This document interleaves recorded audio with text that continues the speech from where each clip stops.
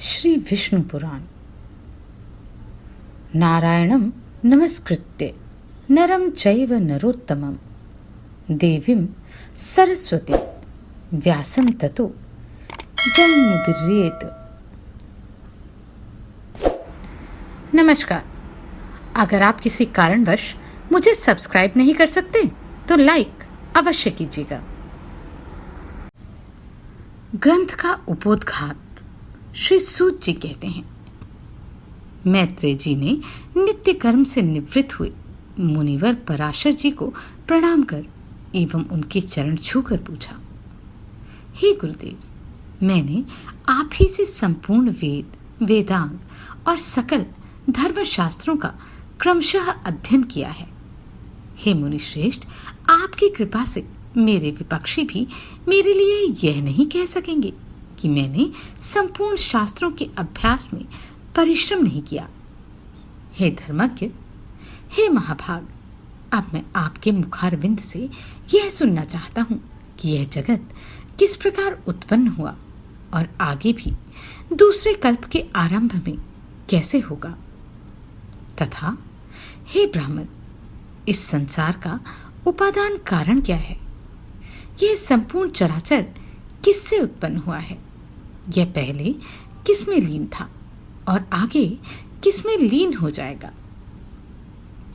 इसके अतिरिक्त आकाश आदि भूतों का परिमाण, समुद्र, पर्वत तथा देवता आदि की उत्पत्ति, पृथ्वी का अधिष्ठान और सूर्य आदि का परिमाण तथा उनका आधार, देवता आदि के वंश, मनु, मनवंतर, चारों युगों में विभक्त कल्प और कल्पों के विभाग, प्रलय का स्वरूप, युगों के पृथक पृथक संपूर्ण धर्म, देवऋषि और राजऋषियों के चरित्र, श्री व्यास जी कृत वैदिक शाखाओं की यथावत रचना तथा ब्राह्मण आदि वर्ण और ब्रह्मचर्य आदि आश्रम के धर्म, ये सब हे महामुनि शक्तिनंदन, मैं आपसे सुनना चाहता हूँ।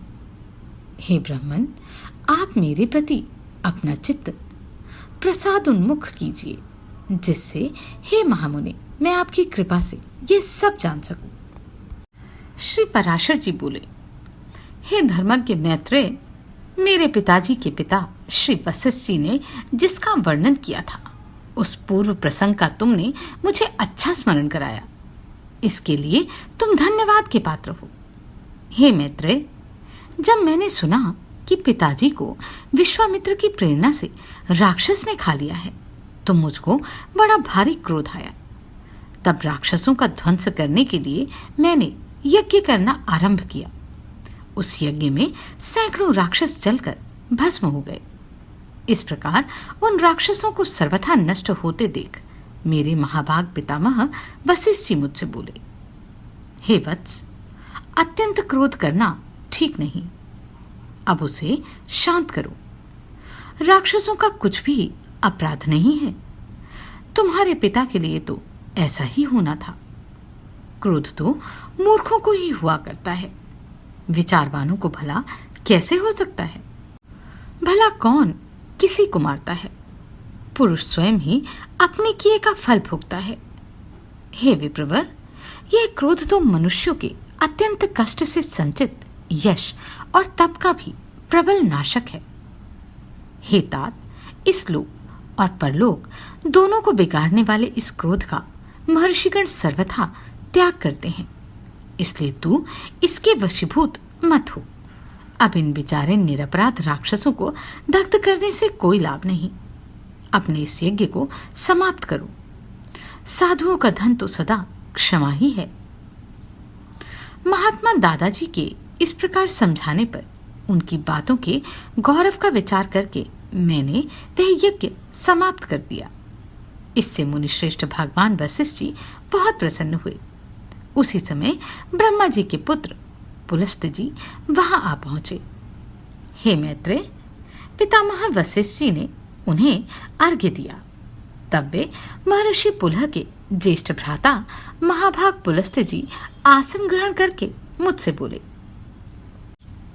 तुमने चित्त में बड़ा वैर भाव रहने पर भी अपने बड़े बूढ़े वशिष्ठ जी के कहने से क्षमा स्वीकार की है, इसलिए तुम संपूर्ण शास्त्रों के ज्ञाता होगे। हे महाभाग, अत्यंत क्रोधित होने पर भी तुमने मेरी संतान का सर्वथा मूलोच्छेद नहीं किया, अतः मैं तुम्हें एक और उत्तम वर देता हूं। हे वत्स, तुम पुराण संहिता के वक्ता होगे और देवताओं के यथार्थ स्वरूप को जानोगे तथा मेरे प्रसाद से तुम्हारी निर्मल बुद्धि प्रवृत्त और निवृत्त अर्थात भोग और मोक्ष के उत्पन्न करने वाले कर्मों में निसंदेह हो जाएगी। पुलस्त्य जी के इस प्रकार कहने के अनंतर फिर मेरे पितामह भगवान वशिष्ठ जी बोले, पुलस्त्य जी ने जो कुछ कहा है वह सभी सत्य होगा। हे मैत्रेय, इस प्रकार पूर्व काल में बुद्धिमान वशिष्ठ जी और पुलस्त्य जी ने जो कुछ कहा था वह सब तुम्हारे प्रश्न से मुझे स्मरण हो आया है। अतः हे मैत्रेय, तुम्हारे पूछने से मैं उस संपूर्ण पुराण संहिता को तुम्हें सुनाता हूं। तुम उसे भली प्रकार ध्यान देकर सुनो। यह जगत विष्णु से उत्पन्न हुआ है, उन्हीं में स्थित है। वे ही इसकी स्थिति और लय के कर्ता हैं और यह जगत भी वे ही हैं। श्री पराशर जी बोले, जो ब्रह्मा, विष्णु और शंकर रूप से जगत की उत्पत्ति, स्थिति और संहार के कारण हैं तथा अपने भक्तों को संसार सागर से तारने वाले हैं, उन विकार रहित शुद्ध अविनाशी परमात्मा सर्वदा एक रस सर्वविजयी भगवान वासुदेव विष्णु को नमस्कार है, जो एक होकर भी नाना रूप वाले हैं, स्थूल सूक्ष्ममय हैं, अव्यक्त कारण एवं व्यक्त कार्य रूप हैं तथा अपने अनन्य भक्तों की मुक्ति के कारण हैं। उन श्री विष्णु भगवान को नमस्कार है, जो विश्वरूप प्रभु विश्व की उत्पत्ति, स्थिति और संहार के मूल कारण है। उन परमात्मा विष्णु भगवान को नमस्कार है, जो विश्व के अधिष्ठान है, अति सूक्ष्म से भी सूक्ष्म है, सर्व प्राणियों में स्थित पुरुषोत्तम और अविनाशी हैं, जो परमार्थः अर्थात वास्तव में अति निर्मल ज्ञान स्वरूप हैं, किंतु अज्ञानवश नाना पदार्थ रूप से प्रतीत होते हैं, तथा जो काल स्वरूप से जगत की उत्पत्ति और स्थिति में समर्थ एवं उसका संहार करने वाले हैं। उन जगदीश्वर अजन्मा, अक्षय और अव्यय भगवान विष्णु को प्रणाम करके तुम्हें वह सारा प्रसंग क्रमशः सुनाता हूँ, जो दक्ष आदि मुनि श्रेष्ठों के पूछने पर पितामह भगवान ब्रह्मा जी ने उनसे कहा था।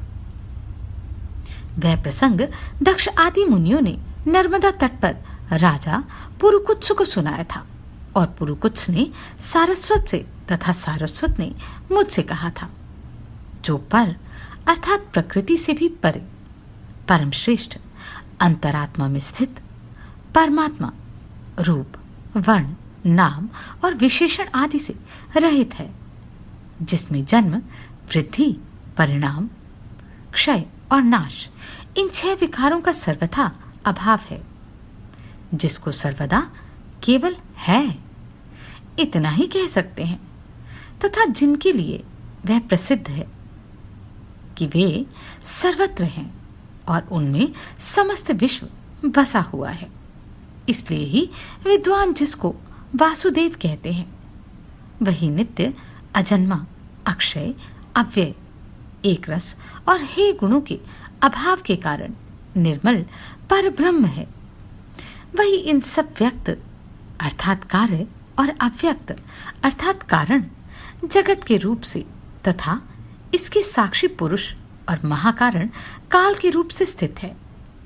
हे द्विज, परब्रह्म का प्रथम रूप पुरुष है, अव्यक्त अर्थात प्रकृति और व्यक्त महदादि उसके अन्य रूप है तथा सबको क्षोभित करने वाला होने के कारण काल उसका परम रूप है।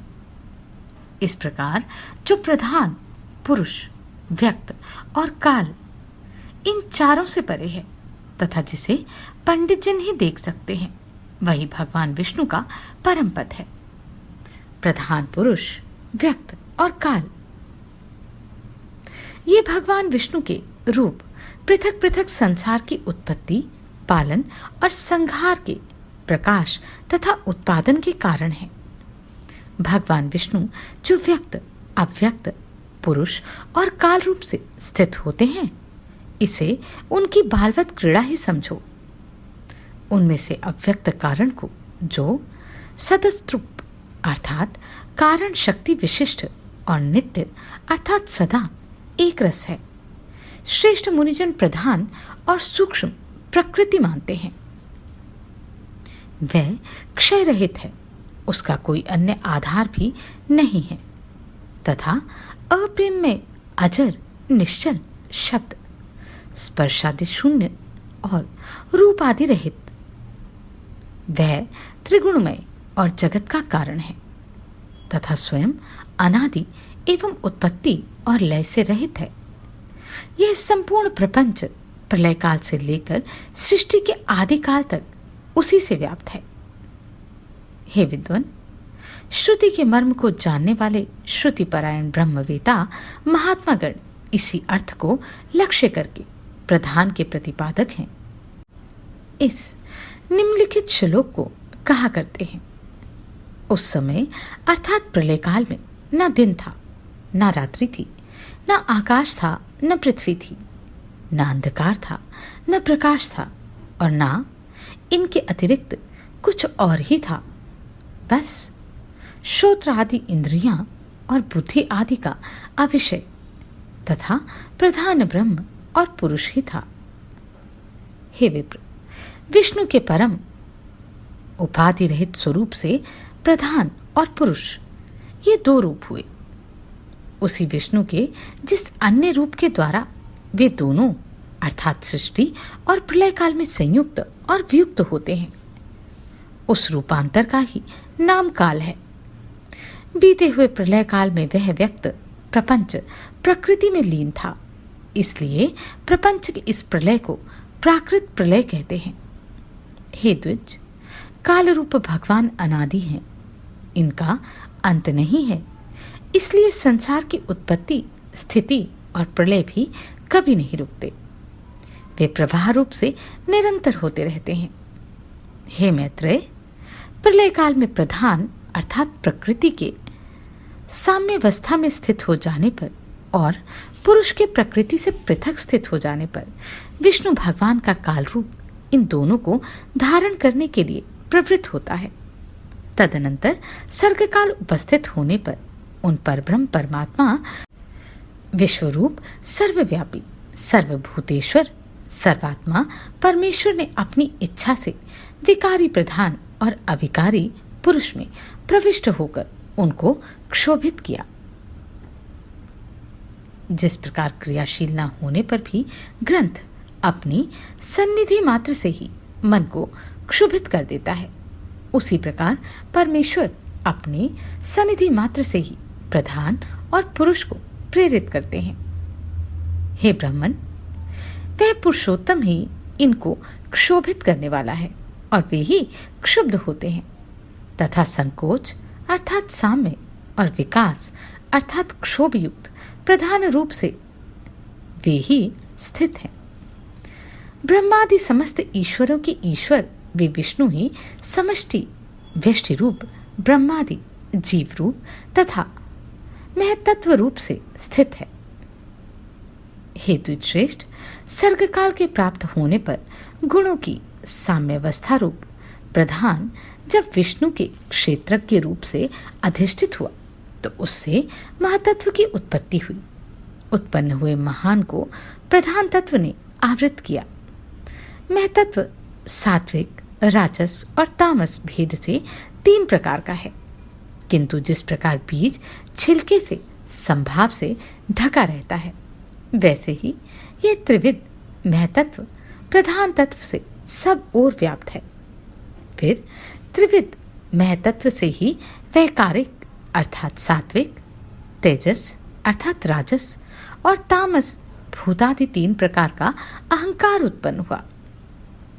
हे महामुने, यह त्रिगुणात्मक होने से भूत और इंद्रिय आदि का कारण है, और प्रधान से जैसे महतत्व व्याप्त है वैसे ही महतत्व से वह अहंकार व्याप्त है। भूतादि नामक तामस अहंकार ने विकृत होकर शब्द तन्मात्रा और उससे शब्द गुण वाले आकाश की रचना की। उस भूतादि तामस अहंकार ने शब्द तन्मात्रा रूप आकाश को व्याप्त किया। फिर शब्द तन्मात्रा रूप आकाश ने विकृत होकर स्पर्श तन्मात्रा को रचा।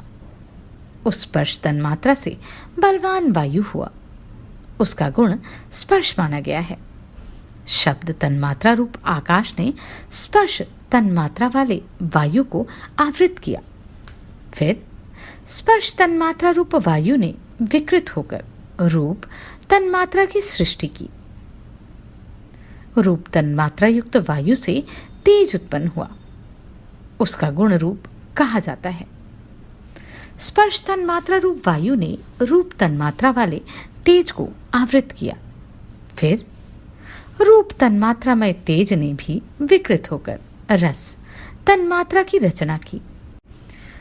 उस रस तन्मात्रा रूप से रस गुण वाला जल हुआ। रस तन्मात्रा वाले जल को रूप तन्मात्रा में तेज ने आवृत किया। रस तन्मात्रा रूप जल ने विकार को प्राप्त होकर गंध तन्मात्रा की सृष्टि की। उससे पृथ्वी उत्पन्न हुई, जिसका गुण गंध माना जाता है। उन सब आकाश आदि भूतों में तन्मात्रा है, अर्थात केवल उनके गुण शब्द आदि ही हैं। इसलिए वे तन्मात्रा अर्थात गुण रूप ही कहे गए हैं। तन्मात्राओं में विशेष भाव नहीं है, इसलिए उनकी अविशेष संज्ञा है। वे अविशेष तन्मात्राएं शांत, घोर अथवा मूढ़ नहीं है, अर्थात उनका सुख दुख या मोह रूप से अनुभव नहीं हो सकता। इस प्रकार तामस अंधकार से, यह भूत तन्मात्रा रूप सर्ग हुआ है। 10 इंद्रियां तेज से अर्थात राजस अहंकार से और उनके अधिष्ठाता देवता वैकारिक अर्थात सात्विक अहंकार से उत्पन्न हुए कहे जाते हैं। इस प्रकार इंद्रियों के अधिष्ठाता 10 देवता और 11वां मन अर्थात वैकारिक सात्विक है। हे द्विज, त्वक, चक्षु, नासिका, जीवा और क्षोत्र, यह 5 बुद्धि की सहायता से शब्दादि विषयों को ग्रहण करने वाली 5 इंद्रियां हैं। हे मैत्र, पायु अर्थात गुदा, उपस्थ अर्थात लिंग, हस्त, पाद और वाक, ये 5 कर्मेंद्रियां हैं। इनके कर्म मल मूत्र का त्याग, शिल्प, गति और वचन बतलाए जाते हैं। आकाश, वायु, तेज, जल और पृथ्वी, ये 5 भूत उत्तरोत्तर अर्थात क्रमशः शब्द स्पर्श आदि 5 गुणों से युक्त हैं। ये 5 भूत शांत, घोर और मूढ़ हैं, अर्थात सुख, दुख और मोह युक्त हैं। अतः ये विशेष कहलाते हैं। इन भूतों में पृथक पृथक नाना शक्तियां हैं, अतः वे परस्पर पूर्णतः मिले बिना संसार की रचना नहीं कर सकते। इसलिए एक दूसरे के आश्रय रहने वाले और एक ही संघात की उत्पत्ति के लक्ष्य वाले महतत्व से लेकर विशेष पर्यंत प्रकृति के इन सभी विकारों ने पुरुष से अधिष्ठित होने के कारण परस्पर मिलकर सर्वथा एक होकर प्रधान तत्व के अनुग्रह से अंड की उत्पत्ति की। हे महाबुद्धे, जल के बुलबुले के समान क्रमशः भूतों से बड़ा हुआ यह गोलाकार और जल पर स्थित महान अंड ब्रह्म अर्थात हिरण्यगर्भ रूप विष्णु का अति उत्तम प्राकृत आधार हुआ। उसमें वे अव्यक्त स्वरूप जगतपति विष्णु व्यक्त हिरण्यगर्भ रूप से स्वयं ही विराजमान हुए। उन महात्मा हिरण्यगर्भ का सुमेरु, उलभ, गर्भ को ढकने वाली झिल्ली, अन्य पर्वत, जरायु, गर्भाशय तथा समुद्र गर्भाशयस्थ रस था। हे विप्र, उस अंड में ही पर्वत और द्वीपादि के सहित समुद्र, ग्रहगण के सहित संपूर्ण लोक तथा देव, असुर और मनुष्य आदि विविध प्राणी वर्ग प्रकट हुआ। वह अंड पूर्व की अपेक्षा 10-10 गुण अधिक जल, अग्नि, वायु, आकाश और भूतादि अर्थात तामस अहंकार से आवृत है तथा भूतादि महतत्व से घिरा हुआ है, और इन सब के सहित वह महतत्व भी अव्यक्त प्रधान से आवृत है। इस प्रकार जैसे नारियल के फल का भीतरी बीज बाहर से कितने ही छिलकों से ढका रहता है, वैसे ही यह अंड इन 7 प्राकृत आवरणों से घिरा हुआ है। उसमें स्थित हुए स्वयं विश्वेश्वर भगवान विष्णु ब्रह्मा होकर रजोगुण का आश्रय लेकर इस संसार की रचना में प्रवृत्त होते हैं तथा रचना हो जाने पर सत्वगुण विशिष्ट अतुल पराक्रमी भगवान विष्णु उसका कालांत पर्यंत युग युग में पालन करते हैं। हे मैत्रेय, फिर कल्प का अंत होने पर अति दारुण तम प्रधान रुद्र रूप धारण करके वे जनार्दन विष्णु ही समस्त भूतों का भक्षण कर लेते हैं। इस प्रकार समस्त भूतों का भक्षण कर संसार को जलमय करते हैं। वे परमेश्वर शेष शैया पर शयन करते हैं। जगने पर ब्रह्म रूप होकर वे फिर जगत की रचना करते हैं। वह एक ही भगवान जनार्दन जगत की सृष्टि, स्थिति और संहार के लिए ब्रह्मा, विष्णु और शिव इन 3 संज्ञाओं को धारण करते हैं। वे प्रभु विष्णु सृष्टा अर्थात ब्रह्मा होकर अपनी ही सृष्टि करते हैं, पालक विष्णु होकर पाल्य रूप अपना ही पालन करते हैं, और अंत में स्वयं ही संहारक अर्थात शिव तथा स्वयं ही उपसंग्रहित अर्थात लीन होते हैं।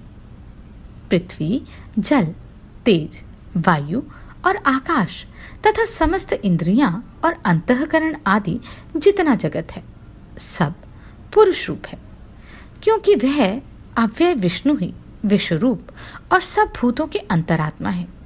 इसलिए ब्रह्मादि प्राणियों में स्थित सर्गादिक भी उन्हीं के उपकारक हैं। अर्थात जिस प्रकार ऋत्विजों द्वारा किया हुआ हवन यजमान का उपकारक होता है, उसी प्रकार परमात्मा के रचे हुए समस्त प्राणियों द्वारा होने वाली सृष्टि भी उन्हीं की उपकारक है। वे सर्वस्वरूप, श्रेष्ठ, वरदायक और वर्णीय अर्थात प्रार्थना के योग्य हैं। भगवान विष्णु ही ब्रह्मा आदि अवस्थाओं द्वारा रचने वाले हैं। वे ही रचे जाते हैं और वे ही पालते हैं। वे ही पालित होते हैं और वे ही संहार करते हैं और स्वयं ही संग्रहित होते हैं। नमस्कार, मैं आभा शर्मा जावास। यदि आपको मेरा ये प्रयत्न सराहनीय लगा हो तो मुझे सब्सक्राइब करके प्रोत्साहित करें